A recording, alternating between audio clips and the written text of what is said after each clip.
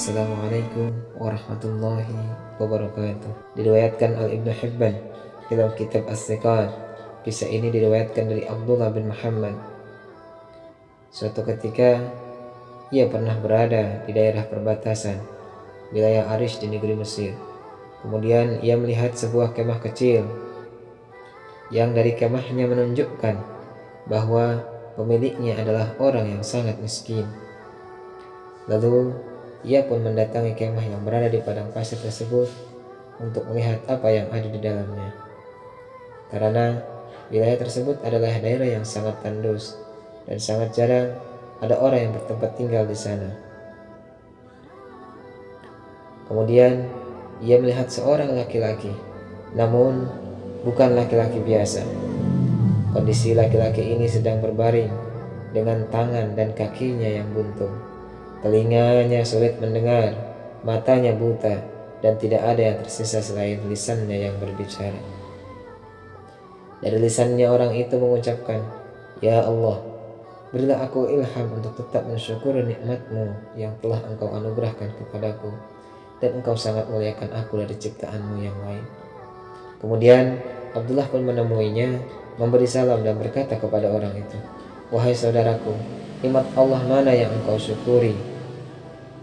Kemudian laki-laki pemilik kemah itu menjawab, "Wahai saudara, diamlah, demi Allah, seandainya Allah datangkan lautan, niscaya laut tersebut akan menenggelamkanku, atau gunung api yang pasti aku akan terbakar, atau dijatuhkan langit kepadaku yang pasti akan meremukkanku.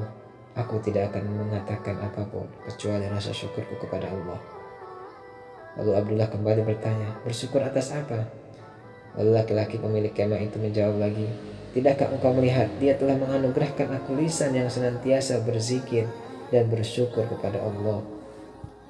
Di samping itu, aku juga memiliki anak yang soleh, yang waktu salat ia selalu menuntunku untuk berwudu, dan ia pula yang menyuapiku. Namun sejak 3 hari ini, dia tidak pulang kemari. Bisakah engkau tolong carikan dia?" tanya si pemilik kemah. Lalu Abdullah pun menyanggupinya dan pergi untuk mencari anaknya. Setelah beberapa saat mencari, ia mendapati jenazah yang sedang dikelilingi oleh serigala. Dia beranggapan inilah mungkin anak dari si pemilik tenda tadi, karena di wilayah tersebut tidak ada orang lain selain si pemilik tenda dan anaknya. Ia pun bingung bagaimana cara untuk mengatakannya kepada laki-laki pemilik kemah tersebut kalau anaknya memang sudah meninggal. Lalu Abdullah pun kembali ke kemah dan berkata kepadanya, "Wahai saudaraku, sudahkah engkau mendengar kisah tentang Nabi Ayub?" Lalu laki-laki itu menjawab, "Ya, aku tahu kisahnya." Kemudian aku bertanya kembali, "Sesungguhnya Allah telah memberinya cobaan dalam urusan hartanya. Bagaimana keadaannya dalam menghadapi musibah itu?" Ia menjawab, "Ia menghadapinya dengan sabar." Aku kembali bertanya, "Wahai saudaraku, Allah telah menguji Ayub dengan kefakiran. Bagaimana keadaannya?"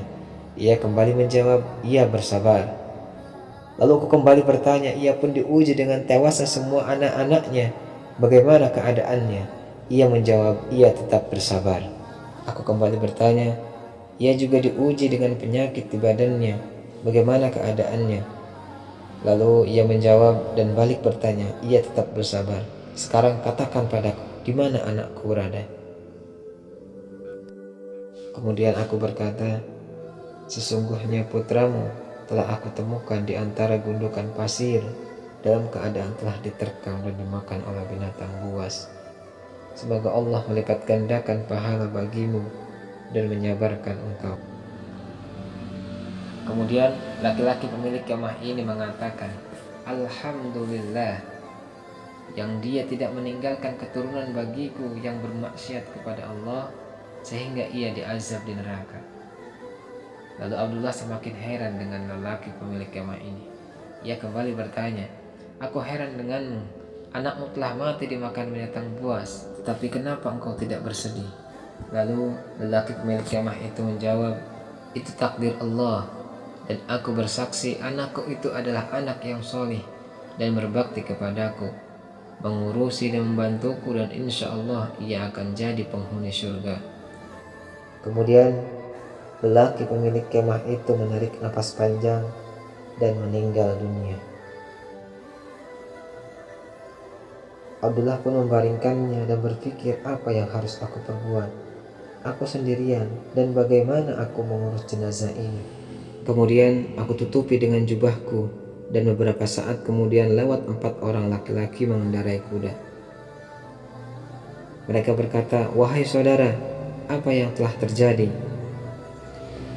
Kemudian aku pun menceritakan kepada mereka apa yang telah aku alami, dan aku meminta bantuan mereka untuk mengurus jenazah laki-laki ini. Mereka bertanya, siapa dia? Lalu aku menjawab, aku juga tidak mengenalnya. Dia dalam keadaan sakit dan memprihatinkan. Kemudian keempat laki-laki ini meminta untuk membuka penutup wajahnya, karena mungkin salah satu dari mereka mengenalnya. Ketika Abdullah membuka penutup wajahnya, tiba-tiba mereka tersentak, lalu mencium dan menangisinya dan berkata, Subhanallah, wajah yang senantiasa bersujud kepada Allah, mata yang selalu menunduk atas apa yang diharamkan Allah, tubuhnya selalu sujud kala orang-orang dalam keadaan tidur. Aku pun bertanya, kalian kenal dengan laki-laki ini?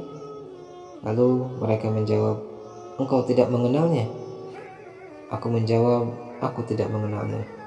Kemudian mereka berkata, ini adalah Abu Kilabah, sahabat terakhir Rasulullah SAW yang masih hidup. Kini beliau telah meninggal. Laki-laki ini pernah dimintai oleh khalifah untuk menjadi seorang hakim, namun ia menolak jabatan tersebut. Abu Kilabah menolaknya dan pergi ke wilayah Mesir hingga wafat dalam keadaan seperti ini. Kemudian Abdullah bin Muhammad bersama 4 orang laki-laki ini pun memandikan, mengkafani dan menyolatkannya sebelum akhirnya memakamkan beliau. Demikianlah kisah Abu Kilabah, sahabat terakhir Rasulullah SAW. Dari kisah Abu Kilabah ini kita bisa belajar bagaimana mensyukuri apapun yang kita miliki, walaupun banyak sekali kekurangan. Dan beliau tidak tergiur dengan gemerlapnya dunia. Semoga kita bisa mengambil pelajaran dari kisah Abu Kilabah. Wassalamualaikum warahmatullahi wabarakatuh.